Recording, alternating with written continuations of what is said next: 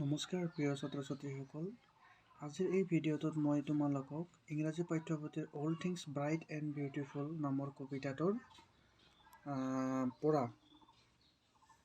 Number 1 এক্টিভিটিটো বুজাবলৈ চেষ্টা কৰিম। তোমালোকে ভালদৰে শুনিবাচোন। প্ৰথম আছে নম্বৰ 1 এক্টিভিটিত ফাইণ্ড আউট, বিচাৰি উলিওৱা ইন দ্য পয়েম কবিতাটোৰ পৰা দ্য ৱৰ্ডছ শব্দবোৰ ইউ ডু নট আণ্ডাৰষ্টেণ্ড, তুমি যদি বুজি পোৱা নাই।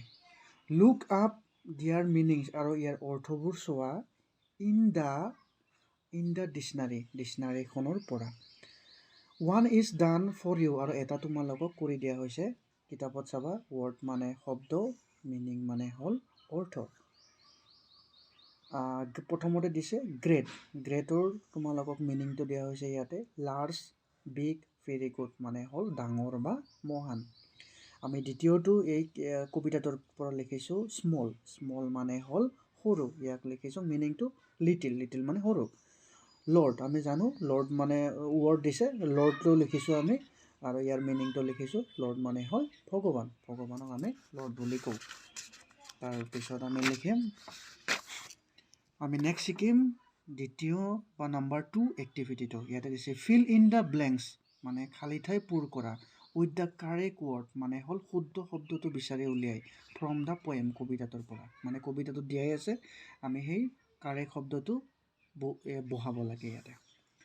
অল থিংছ সকলো বস্তু, ডেছ এণ্ড বিউটিফুল, আমি এইটো কবিতাটোৰ নামটোৱে পাইছোঁ যে অল থিংছ, ইয়াতে কোনটো শুদ্ধটো হ'ব bright. All things bright and beautiful মানে হ'ল উজ্জ্বল আৰু ধুনীয়া বস্তু। এইটো কবিতাটোতে আছে, ব্ৰাইটটো ইয়াৰ শুদ্ধ হ'ব, আমি ইয়াতে বহাব লাগিব ব্ৰাইট। বি নম্বৰটো হ'ল ইটছ লিটিল ফ্লাৱাৰ, প্ৰত্যেকটো সৰু ফুল, ডেট যে, আমি ইয়াতে কবিতাটোত পাইছোঁ অপেন্স মানে হ'ল পাহি মেলি থকা বা মেল খোৱা, ইয়াতে বহাব লাগিব আমি অপেন্সটো।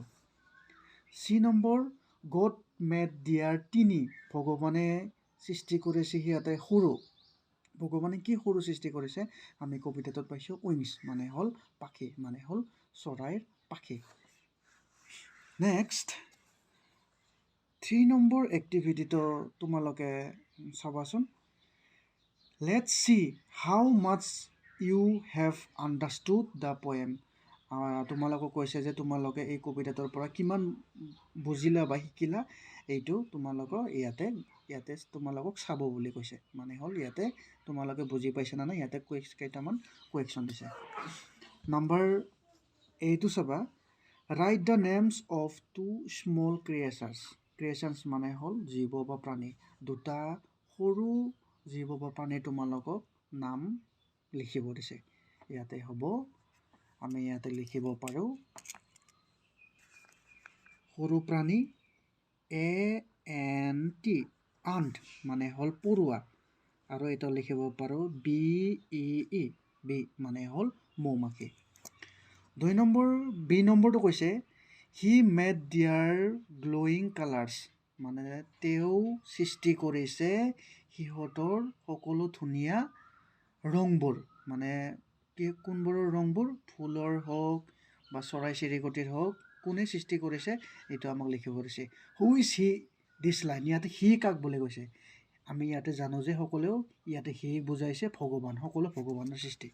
আমি ইয়াতে লিখিব পাৰোঁ GOD, গড মানে হ'ল ভগৱান। চি নম্বৰ কুৱেশ্যনটো চাবা, হি মেড দিয়াৰ তিনি উইংছ, তেওঁ সৃষ্টি কৰিছে সৰু সৰু পাখি, কোনে সৰু পাখি সৃষ্টি কৰাৰ কথা কৈছে।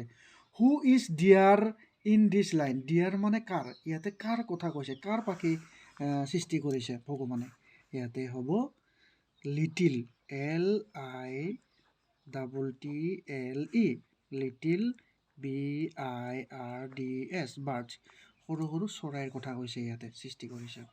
Next D number, what are the things date god has made, ভগৱানে কি কি বস্তু সৃষ্টি কৰি আছে, ইয়াৰ এনচাৰটো অলপ দেখিলে হ'ব, সেইটো কাৰণে মই এইটো কপিত লিখি পেলাই তোমালোকক দিম। ই নম্বৰটো, হোৱাই ডাজ দ্য গড প্ৰেইজ, কিয় প্ৰশংসা কৰিছে গড, ভগৱানক কিয় প্ৰশংসা কৰিছে, ইন দিছ পয়েম, এই কবিতাটোত ভগৱানক কিয় প্ৰশংসা কৰিছে লিখিব দিছে। ইয়াতেও এনচাৰটো অলপ দেখিলে হ'ব, মই তোমালোকক ইয়াতে কপিত লিখি